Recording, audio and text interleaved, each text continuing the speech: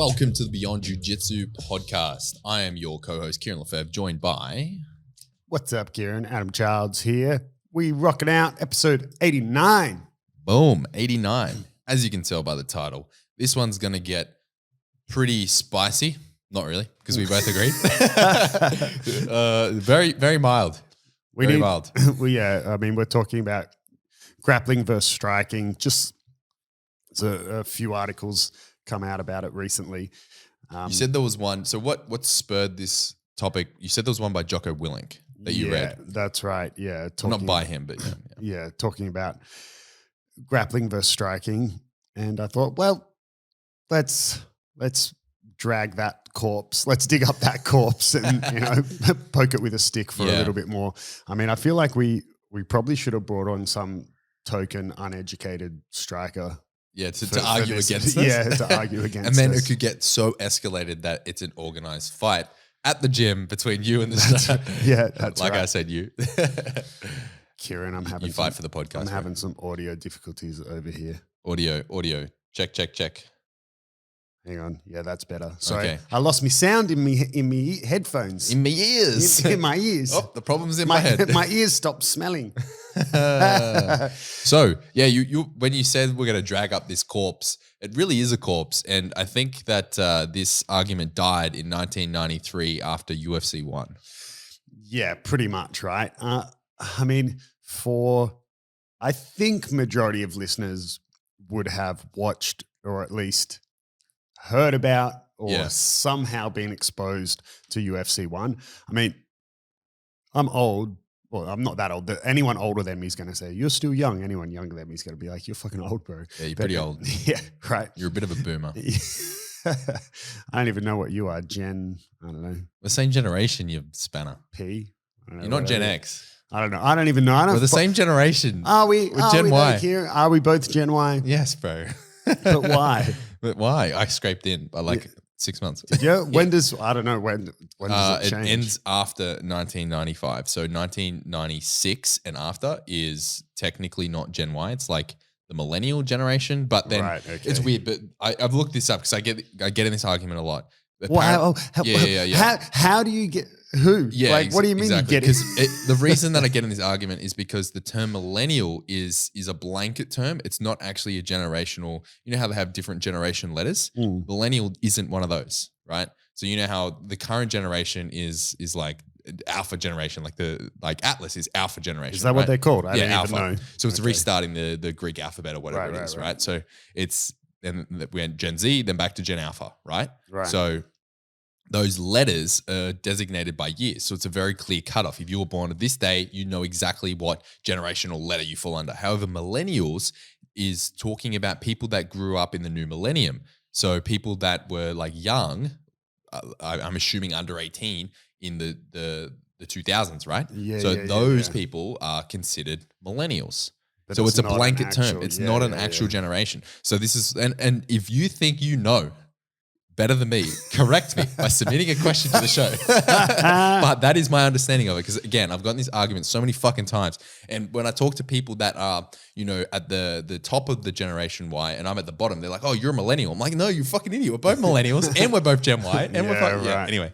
Oh, well, there you go. Frustrates me. Yeah. So, I mean, even though when UFC 1 happened, I was 7, right? I didn't watch it. I wasn't born. You weren't born, fucking millennial. I've watched it, of course. I didn't watch it when I was 7. So I feel most people listening to this have probably watched it. Actually, well, let's take you, for example, who weren't born then. Like, have you actually watched UFC 1? All the way through, yes. Yeah. And the only reason is because when I was like 14, my cousin is a lot older than me. He's definitely not a millennial. No, I'm kidding. He very into UFC at the time. That was like during the height of Anderson Silva days. So think around then, orientate. I think I was a bit younger than 14. Anyway, he had like a box set of all the first like 10 UFCs. And then he had a whole bunch of others. And he showed me, he educated me correctly. So we watched them and then we watched the modern UFC. As like this is the history. This is where it is now. Right. So shout out to my cousin Dave. Hi, Dave. He doesn't listen. He doesn't listen. Actually, he has before. So shout out to Dave. yeah, I miss those early UFC days. So I used to watch a lot of UFC, and I don't You're a really. wild 7-year-old. I was a.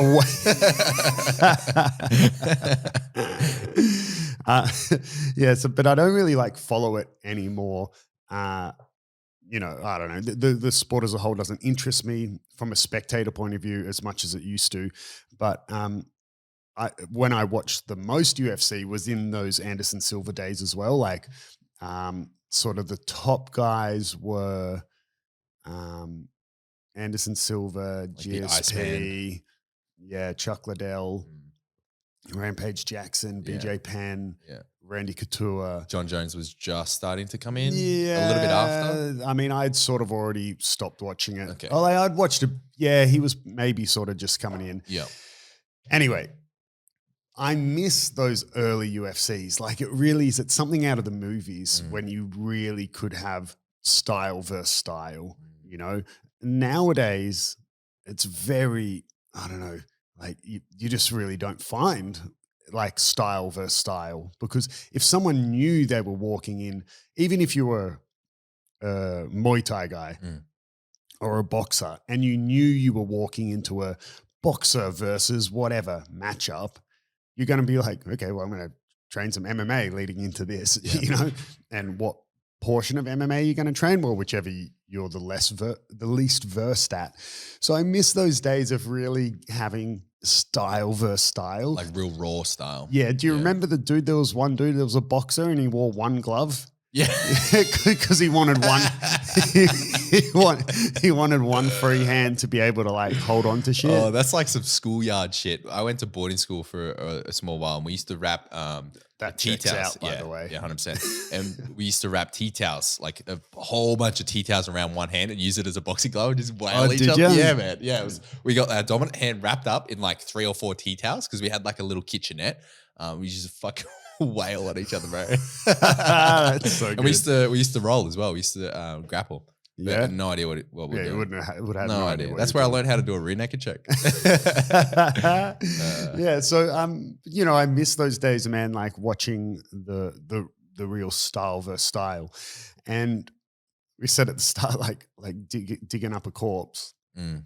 I find it weird that people can still have this argument that a striker would win. It's like, okay, could a striker win? Of course, yeah. Right? But we're talking about, it's, God, I'm not a mathematician or anything, but it's almost like if you were the way that you run statistics or whatever, you can't make a conclusive decision off one sort of, simulation, because we're not talking about a specific striker and a specific grappler. Then it can be one match that proves who would win.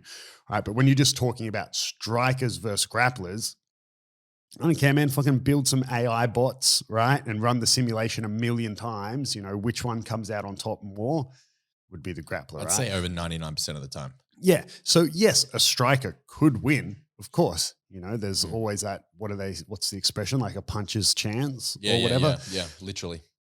So yeah, it could happen. But the early UFCs when, strikers had no idea about grappling, not even specifically jiu-jitsu, just grappling. They got smashed, man. Yeah, if you look at those earlier UFCs, the only people who stood a chance essentially against Hoist was like Ken Shamrock, who were wrestlers, right? Yep. So yeah, they didn't really know submissions, but grappling they were well versed in. Didn't he win by heel? Yeah, I was looking up in UFC 1, I think, or it was in the first 3 anyway, or the first 4. I just had a quick look at what submissions were used and et cetera. I think Ken Shamrock actually won by heel hook in one of those. Oh, did he? Yeah. So he was versed. He's well versed at submissions, but then again, his jiu-jitsu wasn't at the level of Hoist, obviously. Yeah. So it's like, and obviously catch wrestling, right?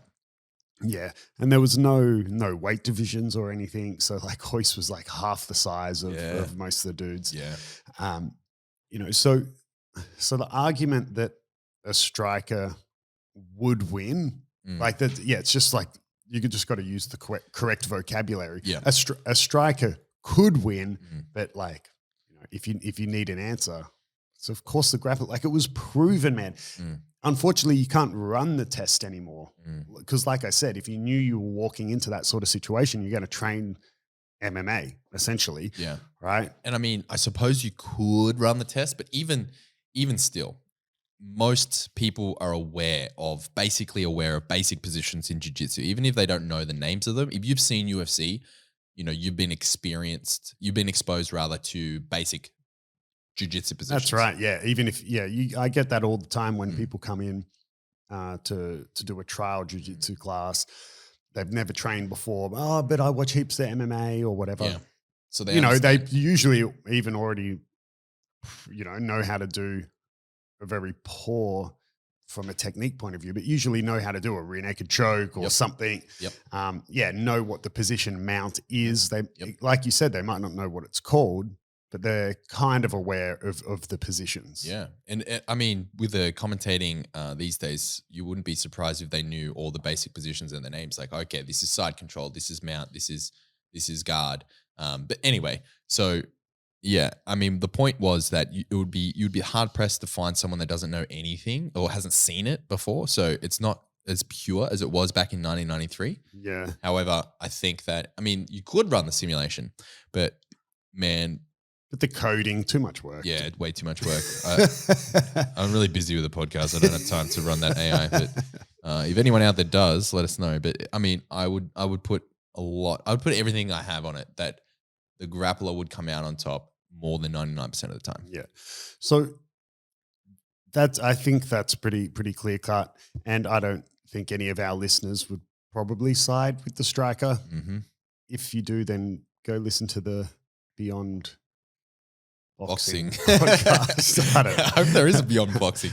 But I mean, it's even a point. I think at this point, it's a pride thing. The only people that argue against like, oh, boxing would beat a jiu-jitsu athlete, it's purely pride, right? It's purely just mind-numbingly dumb pride. There was even a boxer. Yeah, like, and you get the ones where someone's like, yeah, but like if you shoot, I'm just going to like uppercut you as you come in. It's like, yeah, good like luck, there's a chance. Like it could happen, could even of course. Clip me, but I'm just going to eat that shit and keep going. Yeah. Like in a fight, you're going to take a lot, right? And I mean, it's hard to knock someone out like clean and flush when they're both trained. Yeah, it's not as easy as the movies make it look. Unless like you're super drunk and you get a dog shot. Well, then it's easy and then you can, don't do that. But yeah, I think the argument could be made that if you're in a situation where there's multiple attackers, having some form of striking, like say kickboxing or advanced Muay Thai, like if you had the equivalent of a black belt in Muay Thai, right? So you've been training for 10 years, you competed a bunch, and you had two attackers, just two. We won't complicate it yet. Would grappling be the best? Are you asking me? I'm asking. Let's hear your opinion. Yeah, that's the tricky one. Like if you had to pick one or the other, striking would definitely serve it. I mean, you could make arguments for both.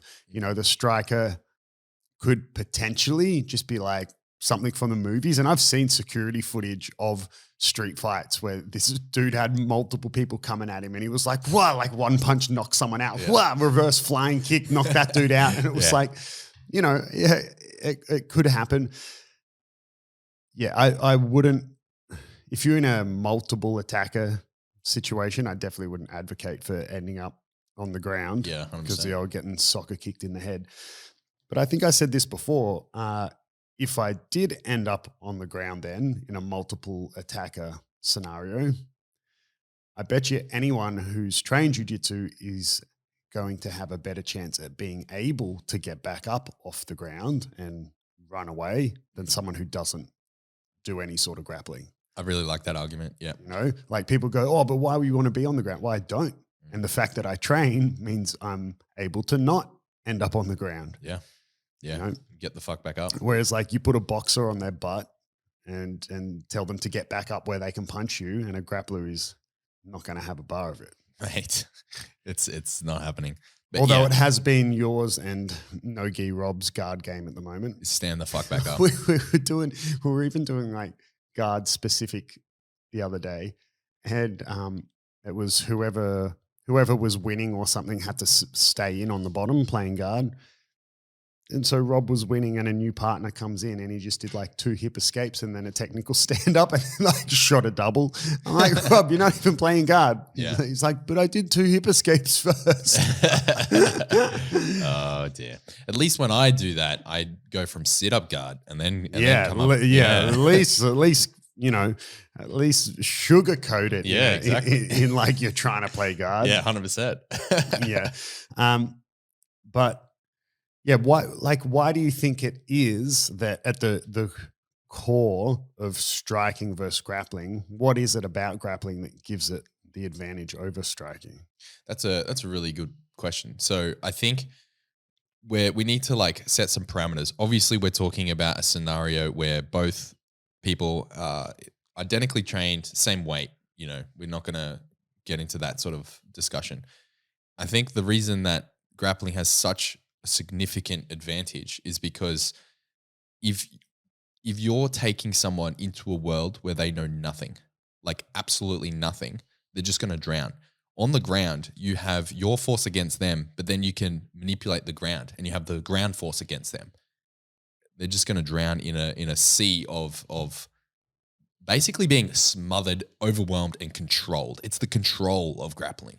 You take someone down, you just manipulate them any way you want, regardless of if they're heavier than you. I know I said I wasn't going to get into that, but even if they are, grappling or jiu-jitsu is infamous for being, you know, the combat sport that allows the smaller guy to best the bigger guy. And it's because they're leveraging their own body against them and the force of the ground against them.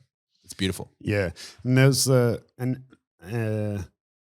expression, analogy, or whatever, like in jiu-jitsu that I actually don't like, but people would say, well, I guess it kind of makes it I'll paraphrase it, something along the lines of, you know, if it's a bigger person, you go, oh, but you're not bigger than me when you're lying down or something, which is stupid because they are. They lie down and their mass just. I suppose the Gracies aren't famous for their physics, okay? Yeah. So give us some slack here. But, you know, like you get the point that, you know, that they're trying to make, right? Like there's 100%. certain physical advantages that get taken away from you when you're both then on the ground. But yeah, I would even go a little bit sort of more specific in terms of understanding it. So yeah, I agree with what you said. It's kind of like complete drowning in no idea what's going on. But I think it's also just what the two different fighting styles offer you and how they go about achieving their goal, right? So a striker, or just striking as a whole, to win that engagement, it's purely about inflicting damage, right? And then because it's about inflicting damage, well, everyone can take a different amount of damage. Of course, you know, you can argue like, oh, but once you hit them here in the jaw and whatever, and, you know, and it, what do they say? Like when you get hit in the side of the jaw and it kind of affects like both sides of your jaw and that sends a signal to your brain and that's what knocks you out, right? Mm-hmm. It's like, oh yeah, it doesn't matter how big you are or whatever, that if that happens, you get knocked out and whatever. But we know that that's not the case because it's been proven in day one of boxing, right? Some people have, what do they call it? Like a glass jaw, right? Glass chin, where they just get knocked out by the lightest butterfly tap. But then you got guys like the early Pride UFC guys, Nogueira, who was infamous for just taking so much punishment, you know. So even Chuck Liddell in the early days, he could take a fucking hit, man. Right? He could take a fucking hit. And we've seen, so it's not as, you've even got some of the best strikers / boxers in the world, and it's not a given that you can just like hit them and knock them out. Mm-hmm. You know, like some people are going to get knocked out easier than others. Some people's pain threshold is different or whatever. So how you go about winning that fight can be kind of out of your control, for lack of a better description. Whereas grappling, okay, it is all about physically controlling your opponent. Whereas striking, you don't actually need to physically control them. You just need to put like fist on face, right? You just need to connect these two dots, right, in space. But with grappling, you're physically controlling someone against their will. You don't do that in striking. I don't physically control you against your will. I just need to like punch you in the face, right? Suppose you're controlling distance, but you're not actually controlling the person. Yeah, I know. There's a big difference. For any people who also train striking or that are listening to this, distance, you're controlling distance. Yes, I get you could, you control the ring, you control the octagon or whatever. Yes, I get. Have a lot of control, there's a lot of control going on in it as like when you're a striker. But like you said, you're not physically controlling exactly the human being, right? And so then when you can physically control someone, I can control your ability to punch me. And when you have two strikers going at it and it's already hard enough for you to knock me out or whatever, well then imagine when I'm a grappler who's physically controlling you, making it so you're not able to even throw an effective punch or whatever. How the hell are you going to do your job, which in this matchup of a striker versus a grappler, the only way to get your overall result is by passing a certain damage threshold, and I'm physically controlling you, not controlling distance, space, time, right? I'm physically controlling you and mitigating your ability to do any damage. So therefore, like I've you're like a chef, but I took away your knife. Now chop the onion. Moron, right? Smash. Right? So, and then obviously from that goes to the grappler being able to, to submit you or whatever. And start inflicting their damage. Right. And fight's over. So I think the overall, like the way that the two sports go about achieving the win, it's just that matchup is never in favor of the striker. Exactly. And I suppose you could say, well, what about if the striker doesn't allow the fight to get onto the ground? Fucking good luck. Son. Yeah, right. If you're a striker who doesn't train any grappling, how are you going to stop it? Yeah, that's right. You don't even know, like you don't even know what a sprawl is or whatever. Like, so I mean, what I just explained then was what I believe is a more sort of fundamental explanation of why the grappler will always win. But then there's more sort of tactical, I suppose. Well, no, but even just more instinctual reasons why. Instinctually, if I just said, like, have you done any striking? No, fuck all. Right. I put on gloves before, but that's about it. Put on the tea towels, mate. Kieren puts on some fingerless bum gloves and he's like, let's go. Right. Okay. So perfect example. You've done no striking. I've done very little. Like I did other martial arts, but in terms of like a striking martial art, I did 2 years of Muay Thai, but that's a bit. 2 years. It's okay. But like, I never like, man, you'd be like a blue belt in Muay Thai. I only did one. I'm not even going to use the word amateur fight. It wasn't even that. It was like I did one live sparring round. I pretty much just did like pads and bag work and stuff. Like I didn't actually fight Muay Thai. But, so I've done very little. You've done none. Even instinctually, if I said to you, okay, you've done no striking, I want you to take your best guess at how you go about defending me punching you in the face. Right? Yeah. Right. Covered my face with my hands. Right. Exactly. You're just going to like put your arms up or, put your arm over your head, even if it's something like, like this or, the audio. Right? We're losing a lot of translation in audio. So watch the video. We're flailing around. Right. Instinctually, that's sort of you don't need to learn strike. I think, 9 out of 10 people would probably do that. Oh, I put my arms in front of my face, right? Whereas if you get someone who's not a grappler and I said to you like, oh, how do you think you stop someone from tackling you?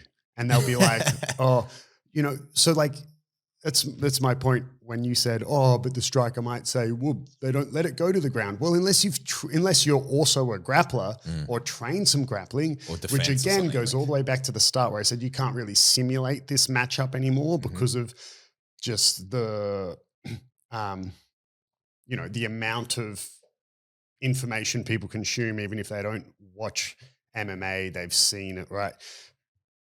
But if you don't train grappling, you're not going to know what a sprawl is. You're going to have your instinct of how to defend someone taking you to the ground will be so incorrect. Yeah, bro. But haven't you seen Masvidal versus Ben Askren? I'll just knee the fucker in the head.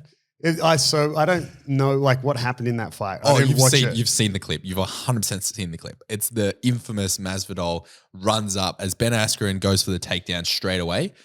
Masvidal runs up and just flying knee in the face, knocks him out in the first 3 seconds. Yeah, it's like one of the fastest. Yeah, you've probably seen the highlight. It's one of the fastest UFC fights in history, and it's hilarious. Yeah, right. It's fucking hilarious. Poor Ben Askren, it always gets shown as the infamous clip. But that would have been a very different fight if the knee didn't connect, I think. But also, yeah, I mean, that's the one in the million. You know how we said run the scenario, run the simulation times. That's the one. Yeah, the striker will win one of the times, right? Yeah. Of course, it can happen. Yeah, right, 100%. I mean, maybe we touch gloves. I'm the striker. We touch gloves, and I have a stroke. Anything can happen. Maybe we get hit by a car. Yeah.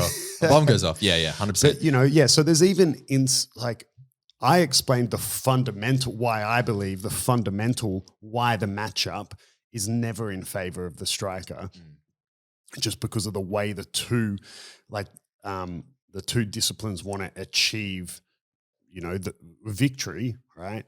But yeah, there's even instinctual reasons. Instinctively, it is easier to think this is what I do to not get hit, or this is what I do to mitigate damage, right? Absolutely. Whereas instinctually, this is what I do to not get physically controlled by a grappler, and this is what I instinctively do to not get submitted. Well, anyone who's trained jiu-jitsu or grappling, which will be people listening, you will know that when you train with a beginner, their instincts is bro, you give me arm bars all over the place. Exactly. Bro, why are you turning, giving me your back? Bro, you're lifting your chin to the sky, and I'm just, So your instincts, ironically, work against you. Yeah. Right. And the prime example you just gave too, but expanding, if you're a mountain and a beginner, the first thing they do is try and push bench the chest. press you off, and right? one of the first things you teach in very, very basic, even self-defense jiu-jitsu is that's an armbar. Yeah. That's how you take an armbar from a mount. Yeah. The other one, you're on top of someone. What do? They turn to try and get up. They give you back. Yeah. They give their back. And you see that in street fight videos all the time. When they go to the ground, someone turns to go into a turtle, they're just giving the back. But obviously the other person doesn't know what the fuck to do. Yeah. And that's also if we then, let's take it one, a half step forward and go, we got the grappler and the striker, and let's say UFC days. So they only are educated in their respective disciplines. MMA, the word MMA, the initialism MMA doesn't exist yet, right? So there is no mixed martial arts. It is a pure grappler versus a pure striker, but they're going into a no rules matchup, right? Essentially MMA, right? No rules other than eye gouging and all that shit. Okay. So now it's still grappler versus striker, but anything goes, in little air quotes.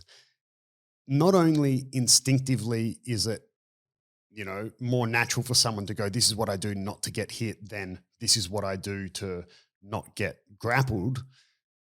It also works the other way around. Someone who has never done striking instinctually will be able to punch and hit someone and inflict damage more effectively than someone who's never grappled can instinctively grapple and control someone. So you add into that then the grappler who is able to control you, take you down, take you to mount or whatever. And then I'm also able to start hitting. Even if I'm not a striker, which I'm not, I guarantee you if I got mount on you and was allowed to drop elbows or whatever, I could put in a hell of a lot of damage. not as much as an MMA fighter, because we're not talking about MMA fighters who specialize in ground and pound, right? It's instinctive. Right? Like, just that pounding. Like even chimps can, like chimpanzees can do it. Yeah, gorillas can punch, man. Like it's in our DNA, bro. Like, so I just see red, bro. Just bodies hit the floor. That's fine. You don't understand, bro. I just see red. I don't need to train.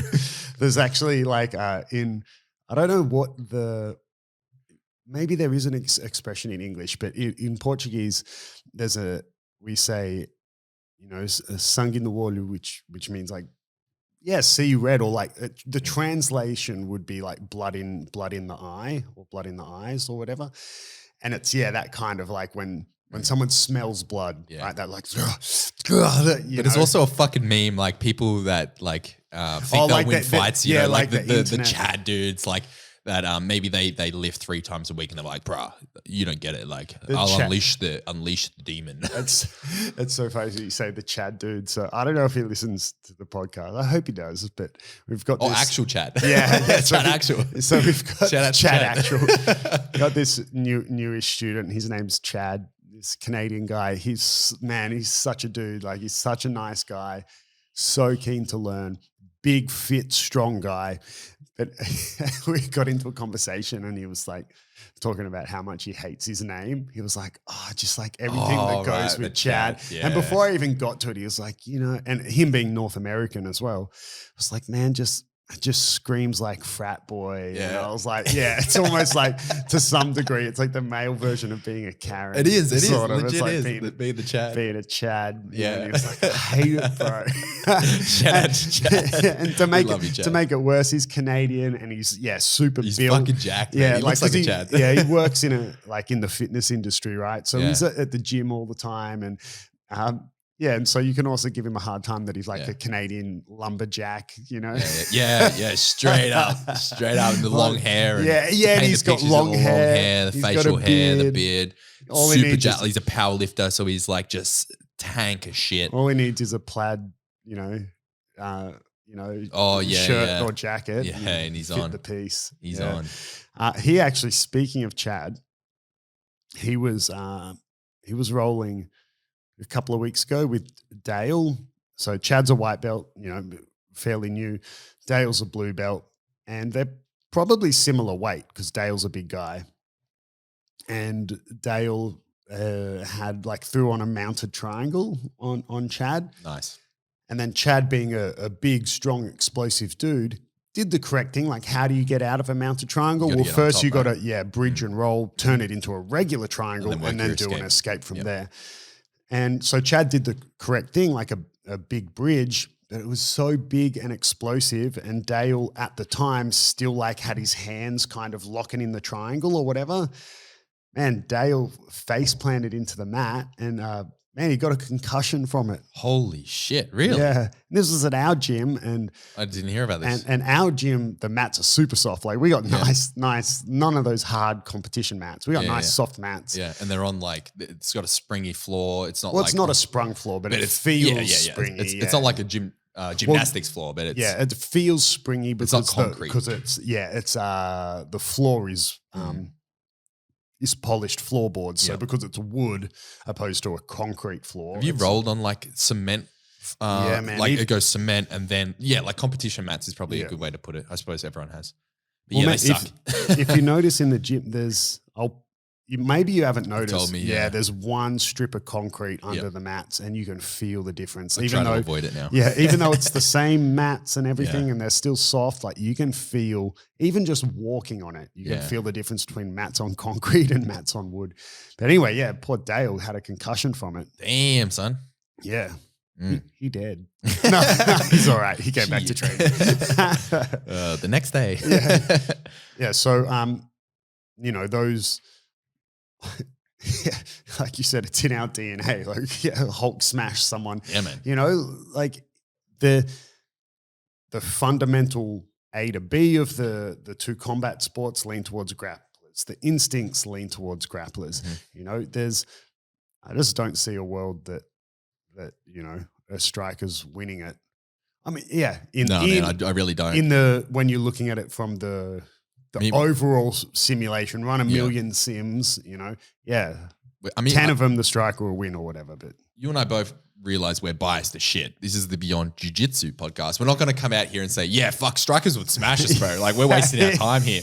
Like, our whole sport is a joke. But the evidence is there. You know, UFC, the first few UFCs, and even like if you look at how many UFC champions have been what discipline, coming from what discipline, that's also a very good statistic to look at and refer to, right? So out of all the disciplines, so basically it's talking about, okay, so what do they start with first? What's their specialty? Specialty is probably a better word. It ranks them in who has actually achieved, a UFC belt. Jiu-jitsu is winning by like a mile. I think wrestling's slowly catching up, but it's wrestling and jiu-jitsu at number 1 and number 2. Yeah. So like they're comparing it to boxers, to karate, to whatever. Nowadays everyone's just MMA, right? Because that's the sport. But still, jiu-jitsu specialists and wrestling specialists are always, number 1 and number 2. Yeah, and it's funny as well though, because I guess it changed. Like if we're now talking a bit more about, UFC. Essentially talking about the elite athletes of MMA. It's funny how it changes across the weight divisions as well, because, you'll find that the heavyweights don't need as much jiu-jitsu in the sense that, they just need, I'm like a 2-stripe white belt and that'll suffice because we're heavyweights. So, the amount of mass behind one of our Superman punches or whatever, they're usually knockouts, right? Not many heavyweight fights go like the full 5-minute rounds. Yeah. And when they do, man, so they sad. Get ugly and gassed. Like they're pretty. By round 3, they're just like, ugh. Yeah. I'm not saying I could do better, right? No, but I'm just like, are you serious? Whereas, and it's similar, and that's just, again, like you said, the Gracies and their physics. I mean, that's just how it works. It's the same in boxing, right? I mean, boxing is a little different. The gloves are designed for you to be able to, get knocked out just enough and stand back up and keep going. It's why boxers have such horrific head injuries. And one of the core arguments in the early days for why MMA is actually safer than boxing. But yeah, even so you do see heavyweight boxing matches go, what do they do? 12 or 15 3-minute rounds or something like that. Crazy. So they do sometimes go the full length.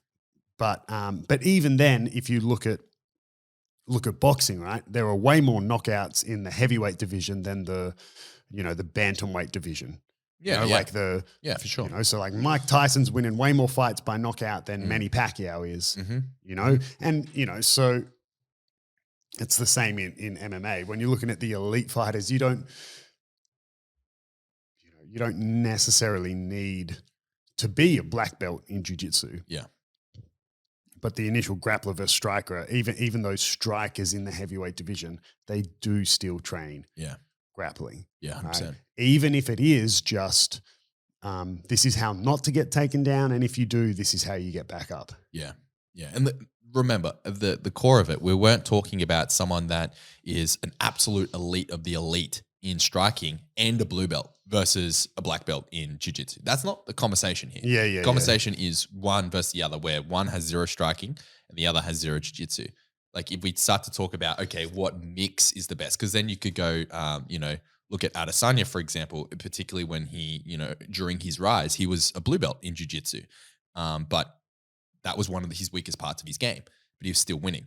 You know what I mean? Yeah, and it's yeah. well, therefore striking beats jiu-jitsu. No. He still trains jiu-jitsu. That's what we need to really hammer that point home. Yeah. But I mean, it's an interesting conversation regardless. Yeah. And also MMA is like now this, you can't even have the argument inside MMA as the sport as we know it nowadays, because a striker will just invest all their time in not getting taken down and learning how to, have really good defensive wrestling and, you know, and things like that. Yeah. Right? So very different conversation. You can't have that conversation, right? Yeah. And there's also no point in having the conversation because there are multiple organizations that have proven the argument. Yeah. They have fights every weekend, you know, Yeah. and one weekend might have, you know, the striker win, the next the grappler. It kind of doesn't really matter. You're talking about individuals now. And there's still there is still like old school UFC style fights out there. There's I think it's French organization, air quote organization. They run their fights literally in a park. So they fight on grass. Yeah, legit. I don't know how. I'm pretty sure it's very, very illegal. And it's only on YouTube, but it's huge. I can't remember the name, but some of our listeners would have seen it before. So they're basically in a park. It's all in French. And sometimes they do get someone that knows jiu-jitsu versus like a purple belt or a blue belt or something like that. And it is so hilarious to just watch the jiu-jitsu guy just absolutely tear the kid apart. Like they're just drowning. You can see they're so lost and they're like so scared. Yeah, they have no idea what's going on. Yeah, when they get on the deck, like when they get on the ground. And there's other organizations where they're like, it's like backyard style where they're in like someone's backyard, they're on dirt and the octagon, if you will, the cage is just like a wooden panel thing. And then it's the same barbed wire fence. Yeah, legit. And it's just like hillbilly fights, right? There's, I can't remember the organization, but there's another one like that. Similar example. They get someone with grappling, just smash them. Have you seen let me see if I can quickly find what it's called. There was a docuseries for a little while on Netflix. I think it's since been removed because it was quite a while ago. And every episode was kind of about a different, very unique sport. You know, and so for example, it had like one episode was about have you seen that competition they do? I think it's in Ireland or something where they chase a wheel of cheese down a hill. Yeah. You know, so one episode was about that. And that would be so dangerous. This hill is like super steep. I've seen it on YouTube. Oh man, that's crazy. It's intense. There's, I think the person who's won it the most is this girl, and it's essentially just whoever's willing to throw yourself down the hill, pretty much. Fucking right? Nuts. Yeah. But there's this sport in Italy, I think. It'll take me a while to find it, so let me just describe what happens. So it's a sport where you got a ball, right? And it's like on a field, and you've essentially got to get the ball to the other side, right? But there's, I don't know, 40 people a team or something like that. And there are no rules other than sort of, you know, biting and eye gouging and, you know, hitting people in the groin and stuff like that. It's literally this kind of mass brawl, but it's actually quite controlled. So people have positions. So, you know, someone's position will be to be the person who runs the ball, but then you've got people who their position is to engage in fights. Right.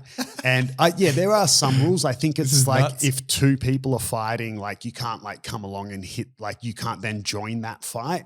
Like you can't come along and then have 2 versus 1. Right. And so, man, it's just this mass sort of MMA fight, but you've also got to like score touchdowns or whatever they're called. That's crazy. And they only have it, I think it's like once every 3 or 4 years or something that they have the competition, and there's only 4 teams, I think, and you have to be born in the district to play for the team. So it can't it's not like you know, I'm going to go play.